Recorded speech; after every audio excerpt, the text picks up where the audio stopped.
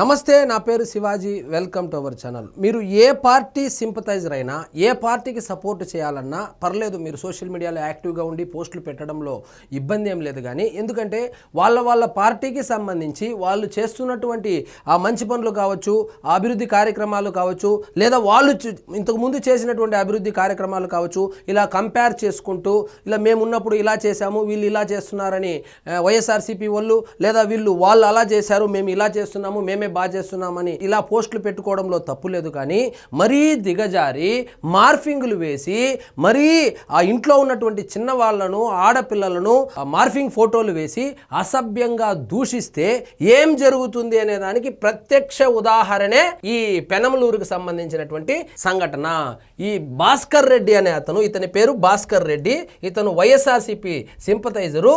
ఈ భాస్కర్ రెడ్డి అతను వైఎస్ఆర్సీపీ అధికారంలో ఉన్నప్పుడు ఇక శాశ్వత ముఖ్యమంత్రి జగన్మోహన్ రెడ్డే కదా, మనల్ని ఏం పీకుతారు, ఒకవేళ పీకాలంటే కూడా మనం ఏడో లండన్లోనో అమెరికాలోనో ఉన్నాము కదా, కాబట్టి అవ్వదు, కాబట్టి మనము మార్ఫింగ్లు వేద్దాము, అసభ్య పదజాలంతో తెలుగుదేశం పార్టీకి సంబంధించినటువంటి వాళ్ళను దూషిద్దామని చెప్పిందనే ముఖ్యంగా నారా చంద్రబాబు నాయుడు గారి సతీమణి భువనేశ్వరి గారికి సంబంధించి అసభ్య పదజాలంతో సభ్య సమాజం తలదించుకునే లాంటి పోస్టులు పెట్టాడు. సో అతని పరిస్థితి ఏమైందంటే, వాళ్ళ నాన్నగారు చనిపోయి ఇక్కడ దహన క్రియలకు వస్తున్నాడని తెలుసుకున్నటువంటి పోలీసులు అరెస్టు చేశారు. ఈయన పోలీసులు అరెస్ట్ చేస్తారని తెలిసి వేరే ఊర్లో పెట్టిస్తే అక్కడ కూడా వెళ్ళి అరెస్ట్ చేశారు. ఇక్కడ చూడండి, ముఖ్యంగా ఒక వైఎస్ఆర్సీపీ వాళ్ళనే కాదు, జనసేన వాళ్ళు కావచ్చు, అదేవిధంగా తెలుగుదేశం పార్టీకి సంబంధించినటువంటి వాళ్ళు కావచ్చు, బీజేపీకి సంబంధించినటువంటి వాళ్ళు కావచ్చు, ఇదే కాకుండా హీరోలకు ఫ్యాన్స్గా ఉన్నటువంటి వాళ్ళు కూడా జాగ్రత్తగా ఉండాలి. ఒక పోస్ట్ పెట్టేటప్పుడు మీరు మీ అభిప్రాయాలను చెప్పవచ్చు, లేదా ఇతరుల అభిప్రాయాలతో మీరు విభేదించవచ్చు. కానీ మరీ పర్సనల్గా వెళ్ళిపోయి ఇంట్లో ఉన్నటువంటి చిన్న పిల్లల గురించి లేదా ఆడవారి గురించి అసభ్యంగా మాట్లాడితే శిక్ష అయితే గనుక తప్పదు. మహిళలంటే కనీస గౌరవం లేకుండా వ్యక్తిత్వ హననానికి పాల్పడే వైసీపీ సోషల్ మీడియాకు చెందిన ఎన్ఆర్ఐని పోలీసులు అదుపులో తీసుకున్నారు. కృష్ణా జిల్లా పెనమలూరు మండలం చోడవరానికి చెందిన మాలపాటి భాస్కర్ రెడ్డి లండన్లో ఉంటున్నాడు. వైసీపీ హయాంలో అత్యంత హేయమైన పోస్టులు సోషల్ మీడియాలో పోస్టు చేశాడు.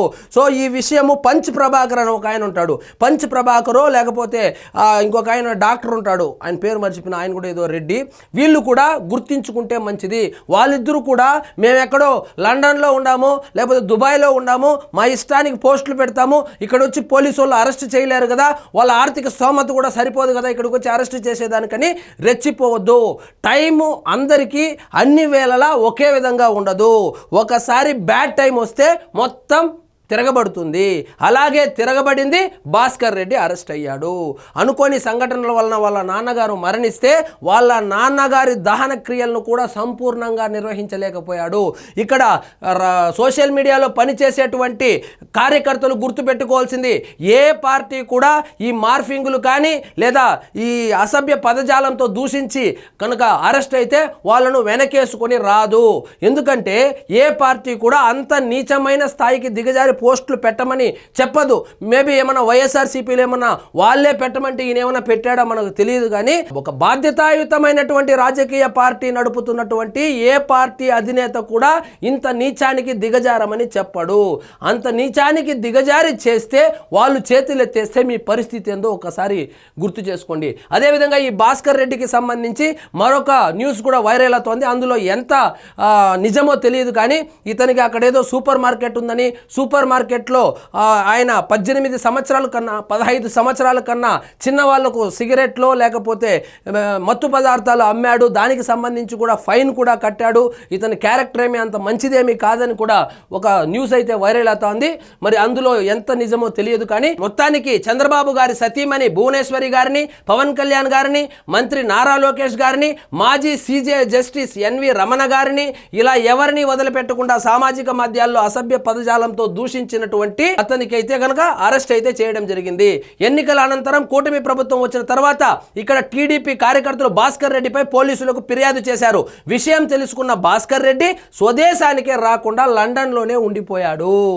సో ఇక్కడ గవర్నమెంట్ మారుతుంది అనుకోలేదు కాబట్టి విచ్చలవిడిగా నోటికొచ్చినట్లు సభ్య సమాజం తలదించుకునేలాగా అసభ్య పదజాలం వాడారు. ఇక్కడ బొమ్మ బొరుసయ్యింది, వీళ్ళ తలరాతలే మారిపోయింది. సో దెబ్బకి ఇండియాకు రావడమే మానేశాడు.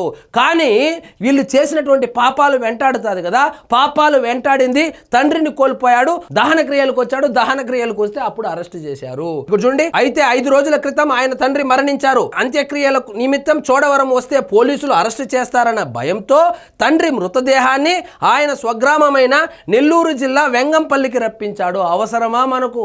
ఎందుకు మార్ఫింగ్లు వేయాలి? ఎందుకు అసభ్య పదజాలంతో మాట్లాడాలి? మాట్లాడిన తర్వాత కేసుల్లో ఎందుకు ఇరుక్కోవాలి? ఇరుక్కున్న తర్వాత మీరు ఇరుక్కునింది కాకుండా ఇంట్లో వాళ్ళకి ఎందుకు ఇబ్బంది పెట్టాలి? సో చోడవరంలో ఎక్కడి నుంచో చోడవరం నుంచి ఆ బాడీని నెల్లూరు జిల్లాకు తీసుకుని వచ్చి నెల్లూరు జిల్లాలో అంత్యక్రియల్లో పాల్గొంటే కూడా వదిలిపెట్టలేదు ఆయన పాపాలు. బుధవారం రాత్రి చోడవరం చేరుకున్న భాస్కర్ రెడ్డి గురువారం తెల్లవారుజామున ఆరోగ్య పరీక్షల కోసం కానూరు 100 అడుగుల రోడ్డులో కామినేని ఆసుపత్రికి తన సోదరునితో కలిసి వెళ్ళాడు. పోలీసులు వెంటనే భాస్కర్ రెడ్డిని అదుపులో తీసుకుని వివిధ సెక్షన్ల కింద కేసు నమోదు చేశారు. భాస్కర్ రెడ్డి తల్లిదండ్రులది నెల్లూరు జిల్లా ఆత్మకూరు నియోజకవర్గం ఆనాసాగరం మండలంలోని వెంగంపల్లి అనే కుగ్రామం. 40 ఏళ్ల క్రితమే చోడవరం వలస వచ్చి ముఠా పనులు చేసుకుని పొట్ట పోసుకునేవారు. ముఠా పనులు చేసుకొని కష్టపడి చదివించి ఈ భాస్కర్ రెడ్డిని లండన్కు పోయి బాగుపడమంటే ఈయన లండన్కు పోయిన చేసిన పనులు ఏంటంటే ఫోటోషాపింగ్ నేర్చుకొని తెలుగుదేశం పార్టీకి సంబంధించినటువంటి నాయకులు కావచ్చు, జనసేన పార్టీకి సంబంధించినటువంటి నాయకులు కావచ్చు, సరే వాళ్ళని విమర్శిస్తే పోతాడు.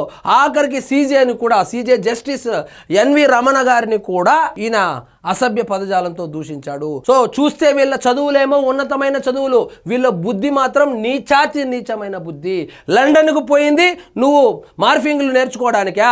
లండన్కు పోయింది నువ్వు బూతులు నేర్చుకోవడానికా? నేర్చుకుని ఇలా ప్రయోగిస్తే పాపం పండితే ఏదో ఒక రోజు ఖచ్చితంగా అరెస్ట్ అవుతారు.